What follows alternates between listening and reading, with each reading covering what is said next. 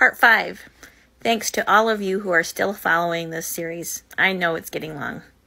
As I already mentioned in my TikTok series about the World War II books that I have, the reason I started to study this era of history was because of human evil.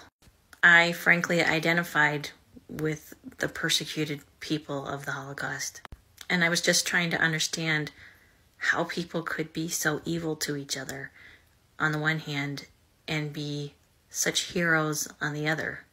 I have been instructed since very young. It has been demanded of me in older years that I must forgive my abusers.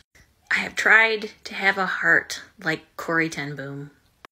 She dared to help the Jews and got caught and was sent to a concentration camp. I have tried to be like Ava Kor and forgive my abuser. My blog is full of my struggles to make sense of forgiving my enemies. But I have discovered that the concept of forgiveness that is taught in the Mormon faith and by most Christians is flawed. I'm so thankful for the day that I ran across this blog post, which I reposted on my blog. I mean, I have had to live with my abusers seemingly getting away with it, getting away with everything.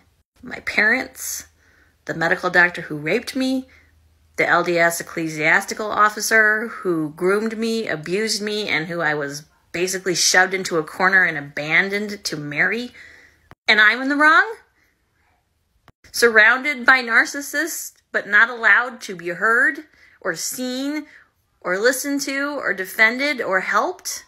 And so I'm also deeply affected by accounts that outline that shift, the change that happened between World War I and World War II, how the world changed forever. I loved this film when I saw it because it reflects my feelings about war and violence.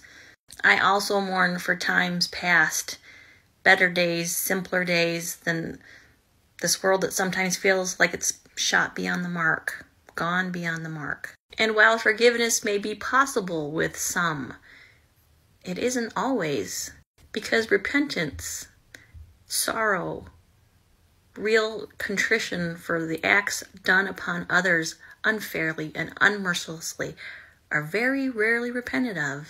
But that is not my problem. My problem is the same faced by every person of that era as well as every person of this. What am I going to choose to do? How do I move forward despite what has happened? And sometimes that means choosing the violence of speaking the truth.